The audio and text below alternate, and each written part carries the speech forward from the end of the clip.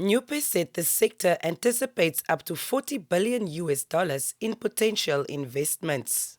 Hopefully by now we're fairly familiar with the fact that we have about 8 projects being developed in Namibia in different stages of development. So whether that is a project such as Daures, for example, who at the moment it's pretty much near completion of their project. They're hoping to be able to sort of close the project by the end of the year. The other end of that spectrum is to make sure that your local companies are able to take advantage of the various opportunities and contracts that would be availed. So the other half of socioeconomic development would be enterprise development, which is something Aline is in charge of. And on top of that, you obviously have to make sure that the ecosystem is being built in a way that respects the flora and the fauna of Namibia. Namibia Green Hydrogen Programme Head of Policy, Planning and Strategy, Joseph Mukendwa, said the program is building a task force representing education stakeholders to create the necessary skills.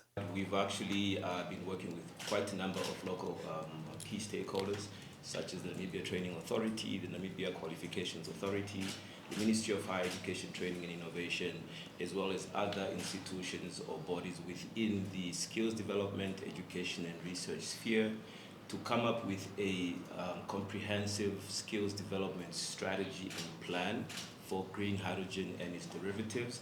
And essentially what that plan and strategy will do is highlight the skills that we need to actually focus on, as well as the quantities that we actually would need for this new sector. Namibia Green Hydrogen Programme Head of Impact and Environmental Social Governance, Aline van der Linden, said they are discussing best practices to minimize environmental impact with environmental stakeholders.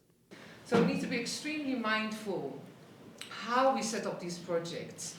Following what we already have in Namibia, we have really pretty good legislation. We have our biodiversity protection enshrined in the Constitution, Article 95(1), and that has given birth to quite a lot of decent legislation.